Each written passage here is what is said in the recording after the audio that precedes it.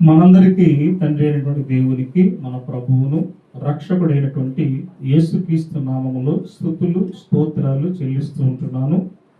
యేసుక్రీస్తు రక్తంలో కడగబడినటువంటి మీ అందరికీ కూడా ప్రభు అయినటువంటి యేసుక్రీస్తు నామములో నా యొక్క వందనాలు మరియు శుభములు మీకు, మీ కుటుంబాలకు తెలియజేస్తుంటున్నాను.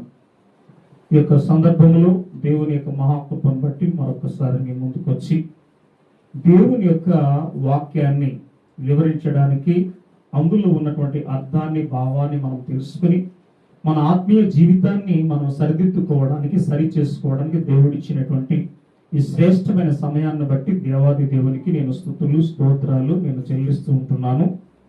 మరి ఓర్పు సహనము అనేటువంటి యొక్క విషయాన్ని పరిశుద్ధ గ్రంథములో నుండి చాలా జాగ్రత్తగా మనము పరిశీలన చేద్దాం. ఎందుకంటే మానవ యొక్క జీవితంలో కష్టాలు, నష్టాలు, ఇరుకులు, ఇబ్బందులు, వ్యాధి బాధలు చోటు చేసుకుంటూ ఉన్నప్పుడు మనిషిలో ఓర్పు అనేటువంటిది తగ్గిపోతూ ఉంది.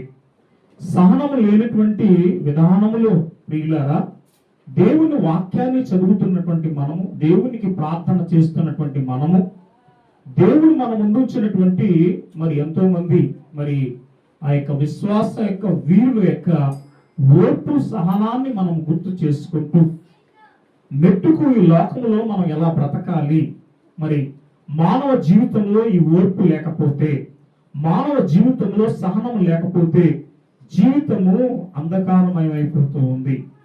ఎందుకంటే దుఃఖమయమైపోతూ ఉంది, బాధకరమైపోతూ ఉంది, సంతోషం సమాధానం శూన్యముగా కనపడుతూ ఉన్నటువంటి తరుణంలో ఈ యొక్క మరి ఓర్పు కొరకు, యొక్క సహనం కొరకు దేవుని యొక్క వాక్యములో చాలా చక్కగా మనము లేఖనాల్ని మనం పరిశీలన చేస్తూ అందులో ఉన్న ఆత్మీయ అర్థాన్ని, భావాన్ని తెలుసుకుని మనము ఆత్మ సంబంధంగా ఎదుగుతూ దేవుని కుమారుడైన యేసు ప్రభు ద్వారా పరలోకం చేరడానికి ఈ లేఖనాలు మన యొక్క జీవితంలో ఎంతగానో ఉపయోగపడుతూ ఉన్నాయి. కనుక అపోస్తుడైనటువంటి పౌలు హెబ్రీయులకు రాసినటువంటి పత్రిక 12వ అధ్యాయము 2-3 వచనాలను మనం చదివి సహాయం చేయాలని కోరుతుంటున్నాను పిల్లరా.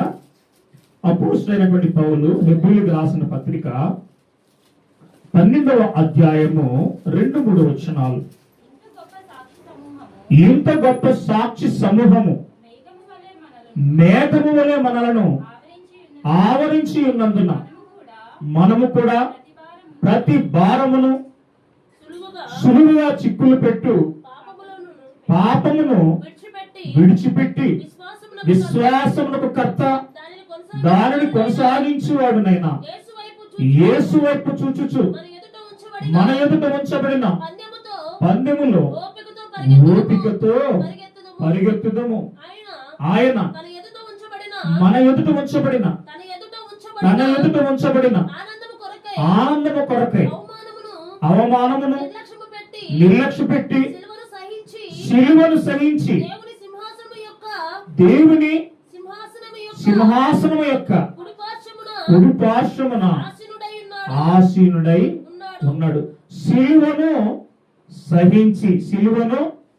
సహించి ప్రియుల మనం ఆలోచన చేస్తే దేవుని కుమారుడైన యేసుక్రీస్తు వారు సర్వమానవాళి పాప విమోచన నిమిత్తమై దేవుని చేత ఈ లోకానికి పంపబడి ఆ యొక్క శిలువ యాగములో ప్రియుల తన యొక్క ప్రాణమును మన కొరకు అర్పించి, మన కొరకు ప్రాణాన్ని పెట్టి సర్వమానవాళి పాపములకు విమోచన కలిగించి ఉన్నాడు. సులువుగా చిక్కులు పెట్టు పాపమును విడిచి ఏం చేయాలి? మనము సులువుగా చిక్కులు పెట్టేటువంటి పాపాన్ని మనము విడవాలి. మాట చేత, క్రియ చేత మనము దేవునికి వ్యతిరేకముగా పాపము మనం చేస్తూ ఉన్నాం. మరి మాట చేత గాని, క్రియ చేత గాని మీరు ఏమి చేస్తున్నాను? మన ప్రభు అయిన యేసుక్రీస్తు ద్వారా తండ్రి అయిన దేవునికి స్తుతి యాగము మనము అర్పించాలి. పిల్లరా ఆలోచించండి.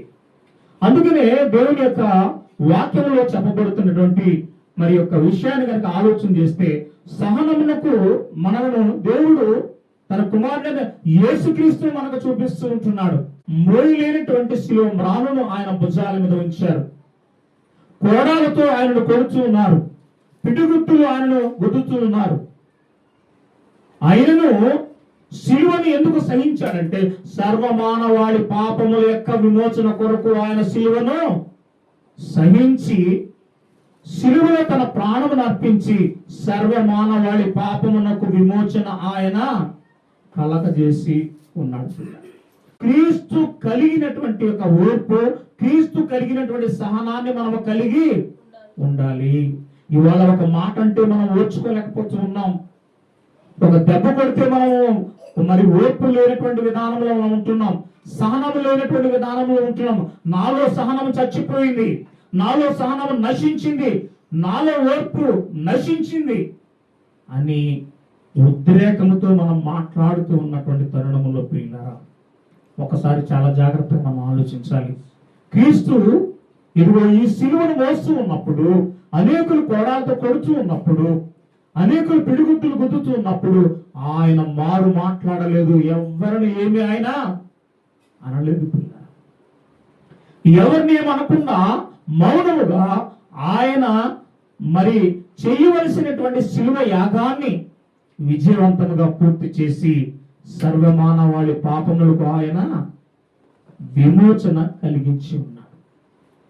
ఏదో నీలో ఉన్నటువంటి సహనం ఒకరిని దేవుని ఎద్దకు నడిపించేదిగా ఉండాలి. నీలో ఉన్న ఓర్పు ఒకరిని దేవుని ఎద్దకు నడిపించేదిగా ఉండాలి. నీలో ఉన్న సహనము, నీలో ఉన్న ఓర్పు ఒకరిని సత్యం వద్దకు, సత్యంలోనికి నడిపించేదిగా ఉండాలని దేవుడు కోరుతూ ఉంటున్నాడు. పిల్లలు, మరి మనలో ఈ సహనం చనిపోతే, ఈ మనలో ఈ ఓర్పు నశించినట్లయితే ప్రియులారా చాలా ఇబ్బంది అయిపోతుంది, చాలా ఇబ్బంది అయిపోతుంది. ఒకసారి మనం ఆలోచన చేద్దామా? లూకా రాసిన సువార్త 21వ అధ్యాయము 19వ వచనాన్ని ఒకసారి ఆలోచన చేద్దాం. లూకా రాసిన సువార్త 21వ అధ్యాయం 19వ వచనంలో మీరు మీ ఓర్పు చేత మీ ప్రాణములను దక్కించుకొందురు. అంటే నీ ప్రాణాలను కాపాడుకోవాలంటే నీలో ఓర్పు ఉండాలి. నీ ప్రాణాలను దక్కించుకోవాలంటే నీలో సహనము ఉండాలి. ఓర్పు లేకపోతే, సహనము లేకపోతే ప్రాణము దక్కించుకోలేం, ప్రాణాన్ని పోగొట్టుకుంటాం. గొడవలు పడి, పంచాయతీలు పడి, కొట్లాటలు చేసుకుని పిల్లలు భయంకరమైనటువంటి ఒక గొడవలు పెట్టుకుని ప్రాణాలని ఎంతో మంది తీసుకుంటున్నారు.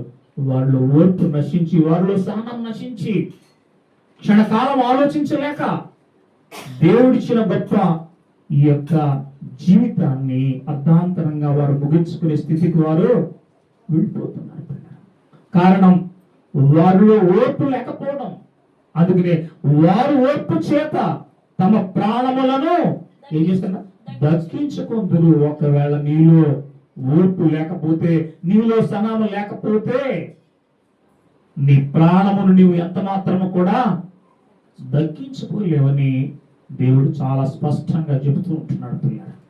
కాబట్టి ఇక్కడ మనం ఆలోచించవలసింది ఒకటే, క్రీస్తుని మనము ఓర్పు సహనంలో ఆయన ఎలా ఉన్నాడో, మనకు ఎలాంటి ఒక గొప్ప మాదిరి చూపించాడో, క్రీస్తుని పోలి మనము క్రీస్తు వలె బ్రతకాలి. క్రీస్తు వలె ఓర్పు కలిగి, క్రీస్తు వలె సహనం కలిగి మనము బ్రతకాలి. అప్పుడు మన యొక్క ప్రాణములను మనము దక్కించుకుంటామని దేవుడు చాలా స్పష్టంగా లేఖనాల ద్వారా చెప్తున్నాడు. అయితే పరిశుద్ధ గ్రంథంలో మనకు భక్తుడు మనకు చూపిస్తూ ఉంటున్నాడు. మీ అందరికీ తెలిసినటువంటి భక్తుడే ఆయన యోబు గారు. ఈ యోబు గురించి మనం యాకోబు రాసిన పత్రిక 5వ అధ్యాయం 11వ వచనంలో ఒక లేఖనాన్ని మరియు వ్రాయబడి ఉన్నది. పిల్లరా చూసినట్లయితే మనము యాకోబు రాసిన పత్రిక 5వ అధ్యాయం 11వ వచనం అండి. యాకోబు రాసిన పత్రిక 5వ అధ్యాయం 11వ వచనం, సహించిన వారిని ధన్యులను కొనుచున్నాము కదా, మీరు యోబు యొక్క సహనమును గూర్చి వింటిరి. ఆయన ఎంత జాలి కనికరము గలవాడు మీరు తెలుసుకుని ఉన్నారంటే, సహనము ఓర్పు కలిగినటువంటి వ్యక్తుల్లో ఇక్కడ మనకు యోబు గారిని చూపిస్తూ ఉంటున్నాడు. యోబు తనకు కలిగి ఉన్నదంతా కూడా పోయినప్పటికీ అతడు యథార్థతను విడిచిపెట్టకుండా ఉంటూ ఉన్నప్పుడు భార్య వచ్చి నువ్వు ఎంతకాలం ఇలా నువ్వు బ్రతుకుతావు? దేవుని దూషించు, దేవుని శాపం నీ మీదకి వస్తుంది, నువ్వు ఈ లోకాన్ని విడిచి వెళ్తావు అంటే యోబు ఏమన్నాడు తెలుసా? మూర్ఖురాలి మాటలు అన్నట్టు నువ్వు మాట్లాడుతున్నావు. మేలైతే మనకు, కీడు అయితే ఆయనక కాదు. ఇక్కడ ఏమంటున్నాడంటే ఒకటే మాట చెప్పాడు, ఏమనంటే నోటి మాట చేతనైనను యోబు దేవుణ్ణి మాత్రం ఎట్టి పరిస్థితుల్లో దూషించలేదు. ఇవాళ ప్రశ్నిస్తున్నారు చాలా మంది, దేవుడు నాకేమి చేశాడు? నాకు మంచి ఉద్యోగం ఇచ్చాడా, మంచి ఇల్లు ఇచ్చాడా, మంచి జీవితం ఇచ్చాడా, మంచి స్థితిగతులు ఇచ్చాడా, ఏమి ఇచ్చాడు నాకు దేవుడు అని ప్రశ్నిస్తూ ఉన్నటువంటి తరుణంలో ఆ దేవాది దేవుని కోసం నువ్వేం చేయగలుగుతున్నావు? ఈ లోకంలో ఒక యేసు క్రీస్తు వలె బ్రతికి క్రీస్తులో ఉన్న ఓర్పును, క్రీస్తులో ఉన్న సహనాన్ని కలిగి నువ్వు బ్రతుకుతూ నీ ప్రాణాన్ని దక్కించుకుంటూ ఉన్నావా? ఓర్పు సహనాన్ని కోల్పోయి నీ ప్రాణమును నీవు పోగొట్టుకుంటూ ఉన్నావా? ఒకసారి ఆలోచించుకో. ఇదిగో ఇక్కడ యోబు గారి గురించి చెబుతూ ఉంటున్నప్పుడు అంటున్నాడు, మూర్ఖురాలు మాట్లాడినట్టు నీవు మాట్లాడుతున్నావు అని మాట్లాడుతూ నోటి మాట చేత నైనను దేవుని ఎట్టి పరిస్థితుల్లో అతడు దూషించలేదు. ప్రియ ఇంకా స్నేహితులు కూడా తనను ఎందుకంటే డైవర్ట్ చేయాలని చాలా ప్రయత్నం చేశారు. యోబు అంత సహనవంతుడు యేసుక్రీస్తు తర్వాత మరొక వ్యక్తి లేడు అని పరిశుద్ధ గ్రంథంలో చాలా స్పష్టంగా వ్రాయబడి ఉంటుంది. ఇలాంటి సహనం నీలో ఉండాలి, ఇలాంటి సహనం నాలో ఉండాలి. ఇవాళ మరి మనం చూస్తే సొసైటీలో, ఇవాళ ప్రపంచంలో, మార్కెట్లో ఇవాళ ఏదైనా ఒక కొత్త మోడల్ బట్టలు కానివ్వండి, డ్రెస్సులు కానివ్వండి, లేకపోతే షర్ట్లు కానివ్వండి, ప్యాంట్లు కానివ్వండి వచ్చినప్పుడు 2 రోజులు వాటన్నిటిని కొనుగోలు చేసి ధరించుకుంటూ ఉన్నటువంటి విధానంలో అంటే లేటెస్ట్ ట్రెండ్ అనమాట. లేటెస్ట్ ఇవాళ లేటెస్ట్ గా ఆ యొక్క వస్త్రధారణ మనం మార్చుకుంటూ ఉన్నాం. నువ్వు వస్త్రధారణ కాదు నీలో మారవలసింది.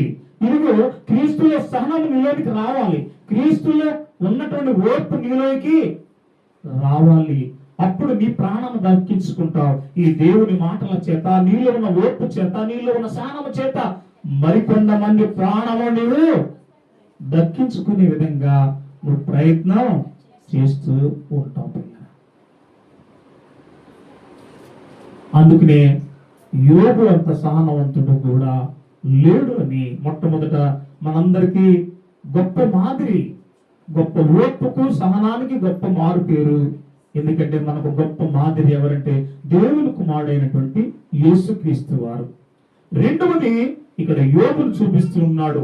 యోబు కూడా ఎంతో గొప్ప సహనాన్ని కలిగి ఉన్నాడు, ఎంతో గొప్ప ఓర్పును కలిగి ఉన్నాడు. ఇంకా ఇదిగో ఈ యొక్క పరిశుద్ధ గ్రంథములో ప్రియులారా సుమారుగా 14 పత్రికలు రాసినటువంటి, క్రీస్తుకు సాక్షిగా నిలబడి క్రీస్తును అద్భుతంగా ప్రకటించినటువంటి మరి గొప్ప భక్తుడు ఆయన ఉన్నాడు.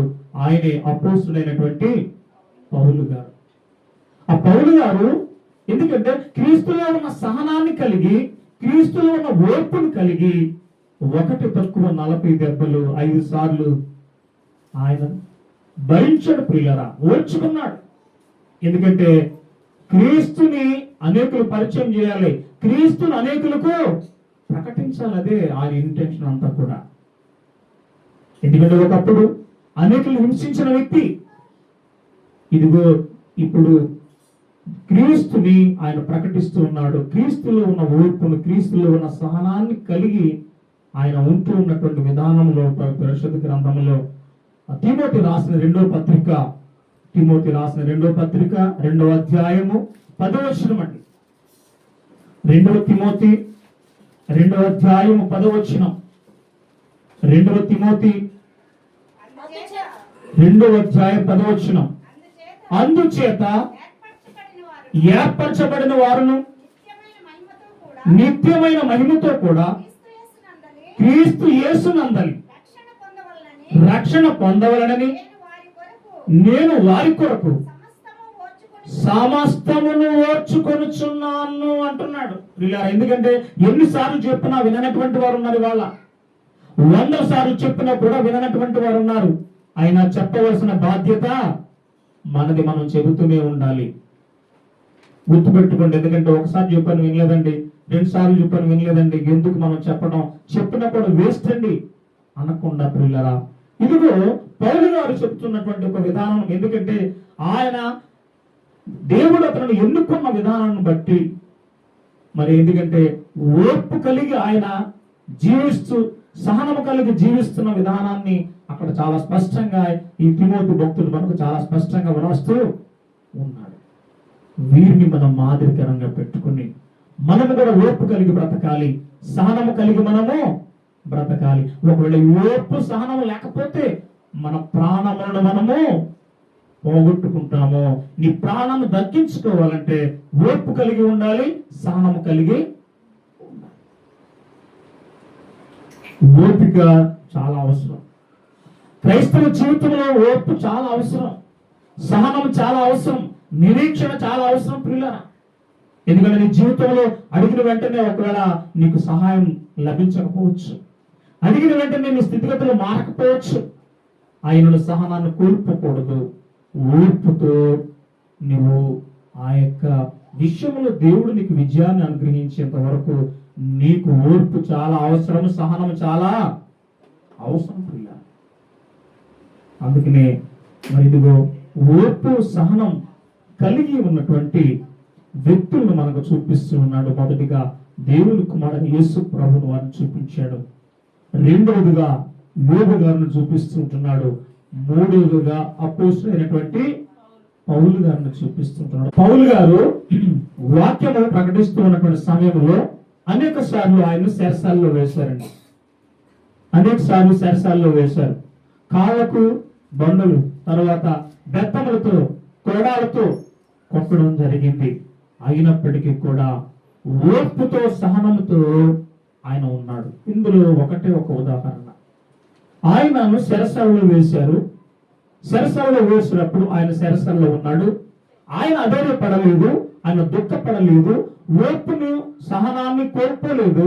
కానీ పిల్లరా, అర్ధరాత్రి వేళ ఏం చేస్తున్నారంటే పాటలు పాడుతూ ఉన్నారండి. మనము కూడా పునరాగాలు తీస్తుంటాం, కొన్ని సందర్భాల్లో పాటలు పాడుతూ ఉంటాం. కానీ ఇక్కడ శ్రమలో ఉన్నప్పుడు ఎక్కడ ఉన్నాడు? ఖైదీగా ఉన్నాడు, జైల్లో ఉన్నాడు ఆయన. అప్పుడు అర్ధరాత్రి వేళ ఏం చేస్తున్నారంటే వీళ్ళు పాటలు పాడుతూ ఉన్నారు. సరసాల తలుపులు ఆటోమేటిక్గా ఓపెన్ అయిపోయినాయి, తాళాలన్నీ కూడా ఓపెన్ అయిపోయినాయి. ఖైదీలందరూ ఒక చోటకు వచ్చేసారు. మొత్తం ఆ పాటలు పాడుతున్నారు. ఆ సమూహం అంతా ఒక చోట ఉన్నది. జైలు అధికారి వచ్చాడు, చూశాడు, జైలు అంతా ఖాళీగా ఉంది, వీళ్ళందరూ పారిపోయారు. ఇక ఎందుకంటే నా ఉద్యోగం కూడా పోతుందని కత్తి తీసుకుని పొడుచుకోవాలనుకున్నాడు. కానీ పౌలు చెప్తున్నాడు, మేము ఎక్కడికి వెళ్ళలేదు, మేము ఇక్కడే ఉన్నాం.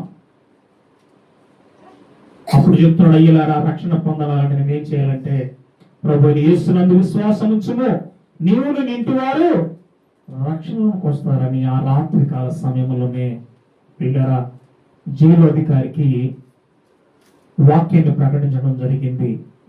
తర్వాత వారి గాయము తుడిచి ఇది వారి గృహానికి తీసుకువెళ్ళడం జరిగింది. మనం పరిశుద్ధ గ్రంథం మనం చూస్తుంటాం చాలా జాగ్రత్తగా.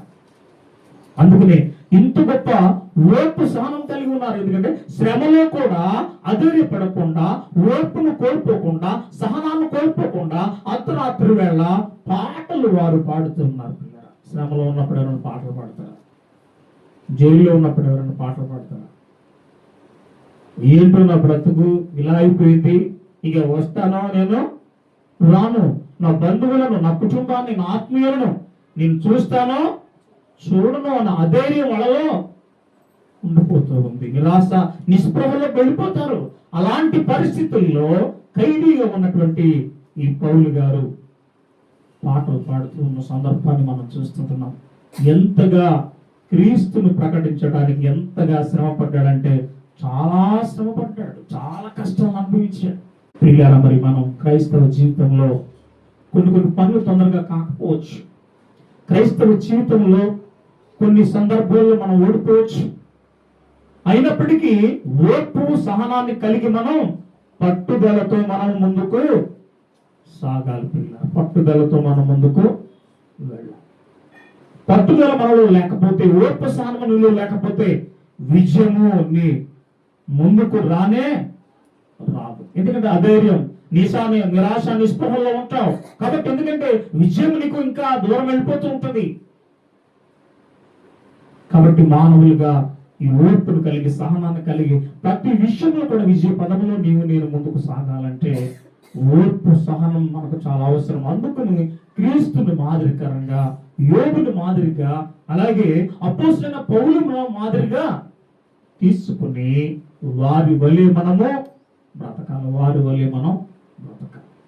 మన బ్రతుకు జీవితం ఎలా ఉంది మరి వాళ్ళ? ఓర్పు మన జీవితంలో ఉందా లేదా? సహనం మన జీవితంలో ఉన్నదా లేదా? ఓర్పు సహనం లేకపోతే మన ప్రాణాన్ని మనము దక్కించుకోలేం. ప్రాణాలు పోతాయి. చిన్న చిన్న విషయాలకే ఉరి వేసుకుని చనిపోతూ ఉన్నారు. చిన్న చిన్న విషయాలకే ఎక్కడో బావులు పడి మరణిస్తూ ఉంటున్నారు.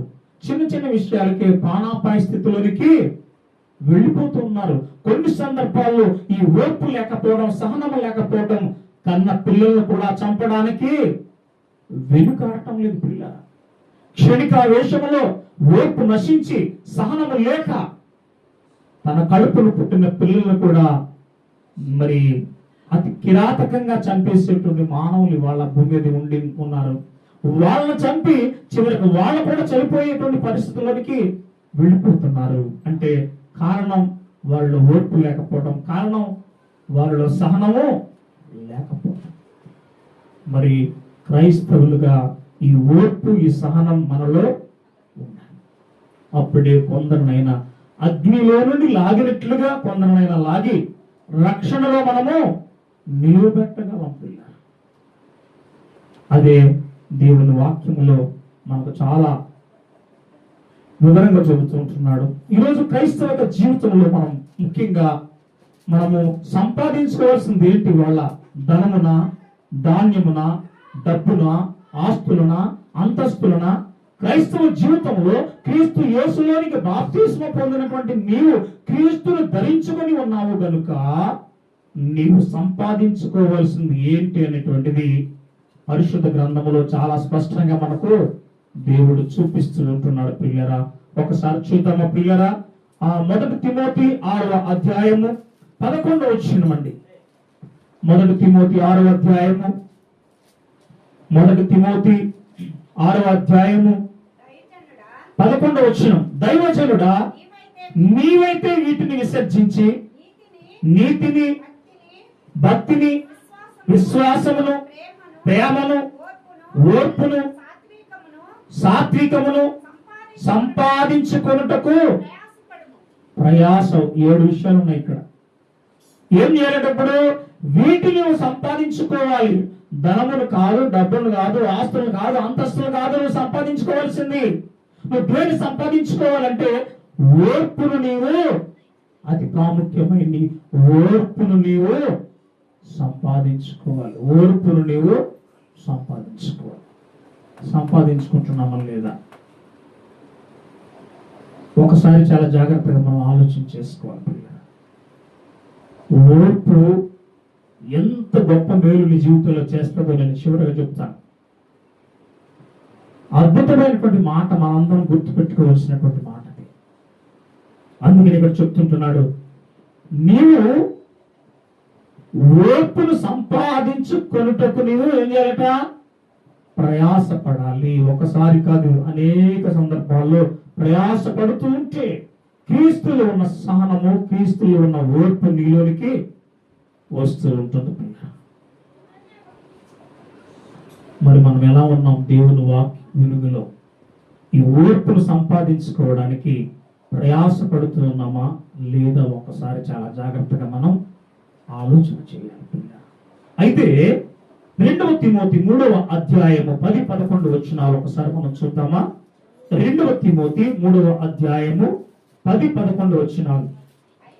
అయితే నీవు నా బోధను, నా ప్రవర్తనను, నా ఉద్దేశమును, నా విశ్వాసమును, నా దీర్ఘశాంతమును, నా ప్రేమను, నా ఓర్పును అంతియొకయ, అంతియొకయ, ఇకోనియ, నికోనియ, లూస్త్రా అను పట్టణములలో నాకు కలిగినట్టి హింసలలో ఉపద్రవములను తెలుసుకున్న వాడవై నన్ను నీవు వెంబడించితివి.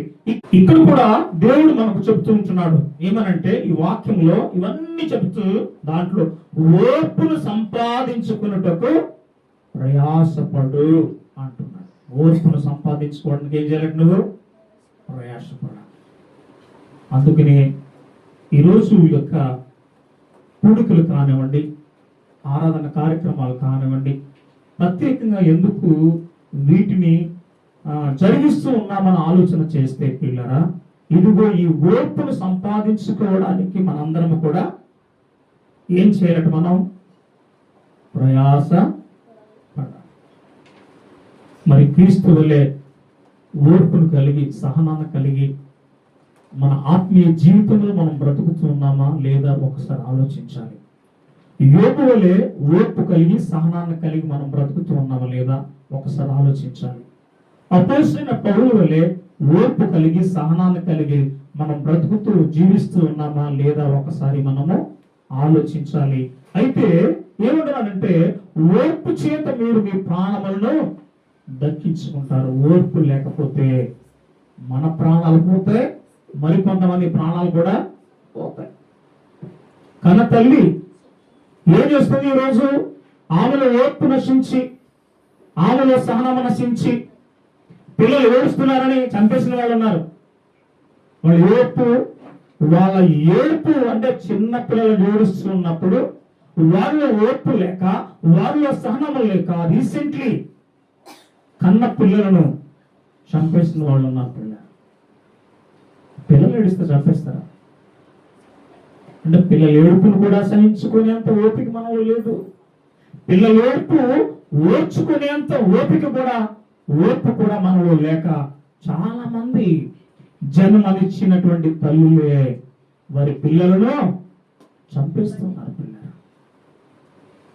పిల్లలు లేని వాళ్ళు, పిల్లలు లేరని అహర్నిశలు ప్రార్థన చేస్తూ ఉన్నారు. అయ్యా, గర్భఫలాన్ని దయచే ప్రభా, గుడ్రాలని నిందను తొలగించి ప్రభా అని ప్రార్థన చేస్తూ ఉంటే, దేవుడు వారికి పిల్లల్ని ఇస్తే ఆ పిల్లలు ఏడుస్తూ ఉన్నప్పుడు ఆ పిల్లల ఏడుపును భరించలేక, వాళ్ళలో ఓర్పు లేక, వాళ్ళలో సహనం లేక కన్న పిల్లలను ఇవాళ కొంతమంది చంపేస్తూ ఉన్నారు. పిల్లలు, ఇది ఎంతవరకు న్యాయం? ఒకసారి ఆలోచించండి.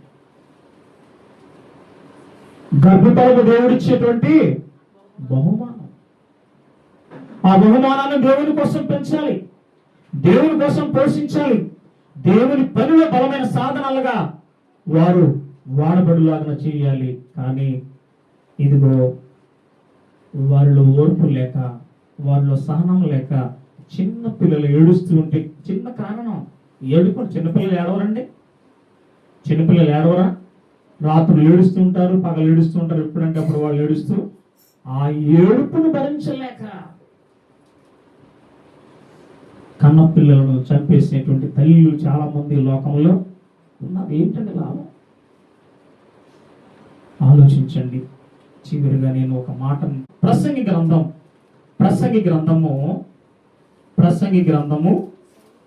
10వ అధ్యాయము 4వ వచనాన్ని ఒకసారి మనం చదువుకుందాం పిల్లరా.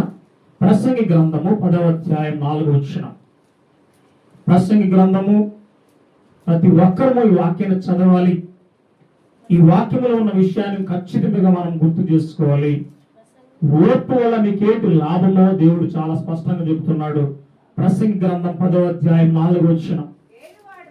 ఏలువాడు నీ మీద కోపపడిన ఎడల నీ ఉద్యోగము నుండి, ఫస్ట్ మనం గుర్తుపెట్టుకోవాలి, ఉద్యోగాలు చేస్తున్నప్పుడు మన బాసులు, అంతే కదా, మన పైన ఉన్న వాళ్ళు, మేనేజర్ కావచ్చు, ఎండి కావచ్చు, ఎవరైనా కావచ్చు, ఇంకా వీళ్ళందరూ ఏం చేస్తుంటారు? కొన్ని సందర్భాల్లో మన బాధపడుతూ ఉంటారు అన్నమాట.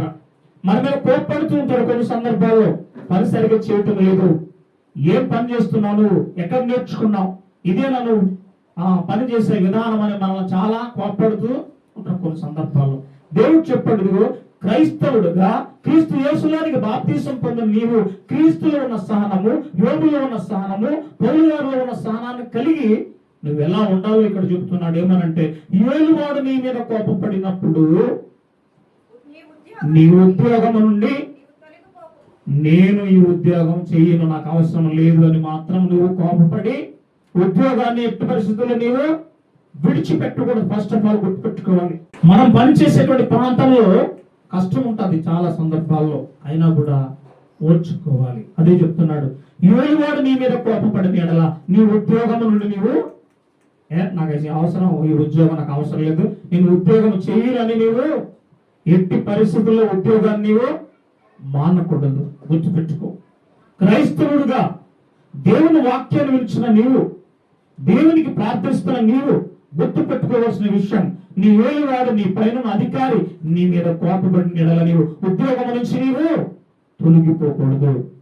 సెకండ్ హాఫ్ లో మాట్లాడాడు, ఓర్పు గొప్ప ద్రోహ కార్యములు జరగకుండా చేయును. ఓర్పు గొప్ప ద్రోహ కార్యములు జరగకుండా చేస్తుందంట. అంటే ఒకరు ద్రోహం చేయకుండా నీకు ఉండాలంటే నీలో ఏముండాలి? ఇప్పుడు ఓర్పు ఉండాలి, నీలో సహనం ఉండాలి. నీలో ఉన్న ఓర్పును బట్టి, నీలో ఉన్న సహనాన్ని బట్టి ఎవరు కూడా నీకు ద్రోహము నీ జీవితంలో నీకు చేయలేరు. ఎందుకంటే నీలో ఉన్న ఓర్పును బట్టి, నీలో ఉన్న సహనాన్ని బట్టి వారిలో జాలిగుణం ఏర్పడి ఎట్టి పరిస్థితుల్లో నీకు ద్రోహం చేయడానికి వారు తలపెట్టరు అని చాలా స్పష్టంగా దేవుని వాక్యం ఇక్కడ మనకు చెబుతూ ఉంది. ఏం నేర్చుకుంటూ ఉన్నాం, ఏం వింటూ ఉన్నాం. వాళ్ళు ఆదివారం ఆరాధనకి వెళ్ళారు కదా, ఏం చెప్పారు మీ పాస్టర్ గారు అన్నారు అనుకోండి, టకే టకే టకే మనం చెప్పేలాగా ఉందా? ఏదో చెప్పారమ్మా, భలే చెప్పారు, చాలా బాగా చెప్పారు, మర్చిపోయినాం అప్పుడు గుర్తులేదమ్మా అంటే ఇంటికి వెళ్ళే వరకు నీకు గుర్తు లేకపోతే మన జీవితంలో పరిపూర్ణమైన పరివర్తన అంటే మార్పు ఎలా వస్తుంది? ఓర్పు సహనం ఎలాగ మనము కలిగి ఉండడానికి ఆ మాటలు ఉపయోగపడతాయో ఒకసారి ఆలోచన చేసుకోండి పిల్లరా. అందుకనే నేను వాడు నీ మీద కోపపడి నీ ఉద్యోగం నుండి తొలగిపోకుండా ఓర్పు గొప్ప ద్రోహ కార్యములు జరగకుండా చేస్తుంది. మరి క్రైస్తవుడుగా ఓర్పు కలిగి ఉంటావా? సహనాన్ని కలిగి ఉంటావా? నీ ప్రాణాలను నువ్వు కాపాడుకుంటావా? మరికొంతమంది ప్రాణాలు నువ్వు కాపాడాలంటే ఈ ఓర్పు, ఈ సహనము నీలో ఉండాలి. అందుకు మనకు మాదిరి, గొప్ప మాదిరి దేవుని కుమారుడైనటువంటి యేసుక్రీస్తు. ఎన్ని దెబ్బలు కొట్టినా, కొరడా దెబ్బలు తిన్నా, పిడుగుద్దులు గుద్దిన, ముండ్ల కిరీటం పెట్టిన, చేతుల్లో ఆ తర్వాత కాళ్ళల్లో మేకులు కొట్టినా కూడా ఓర్చుకున్నాడు. ఓర్పు సహనముతో శిలువ యాగాన్ని విజయవంతంగా ముగించి సర్వమానవాళి పాపములకు విమోచన.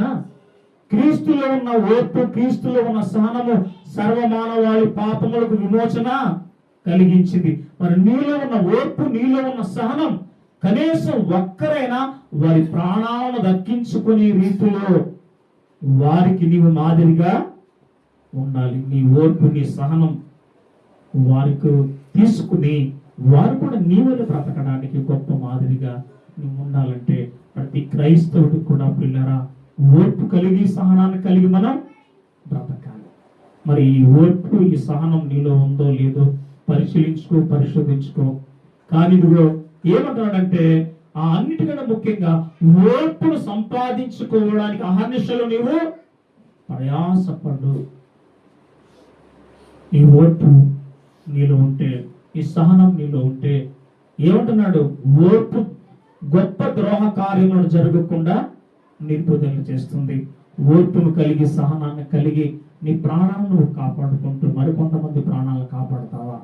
ఓర్పు లేక, సహనం లేక నీ ప్రాణాన్ని నువ్వు పోగొట్టుకుని మరికొంతమంది ప్రాణములను పోగొట్టుకుంటావా? లేకపోతే నీలో ఉన్న సహనాన్ని బట్టి, నీలో ఉన్న ఓర్పును బట్టి నీ ప్రాణాన్ని నువ్వు దక్కించుకొని మరికొంతమంది ప్రాణాలను దక్కిస్తూ నిత్యత్వమైన పరలోకానికి చేరుకోవడానికి ప్రయాసపడతావా? ఒక్కసారి ఆలోచించుకో. నిర్ణయం దేవుడు నీకే విడిచిపెడుతున్నాడు కనుక విన్నటువంటి మనము కేవలం మీరు మర్చిపోకుండా వాక్య ప్రకారం జీవించి అందు ద్వారా ఫలించలాగా ప్రభు సహాయం చేయాలని కోరుకుంటూ, దేవుని చిత్తమైతే దేవుని కుమారుడు యేసు ప్రభు అక్కడ ఆలస్యమైతే మరొకసారి రెండో భాగం మరికొన్ని విషయాలు తెలుసుకునే ప్రయత్నం చేద్దాం. ఈ కొద్ది వాక్యము తండ్రి అయిన దేవుడు మన హృదయాల్లో బహుగా ఫలింపచేయును గాక.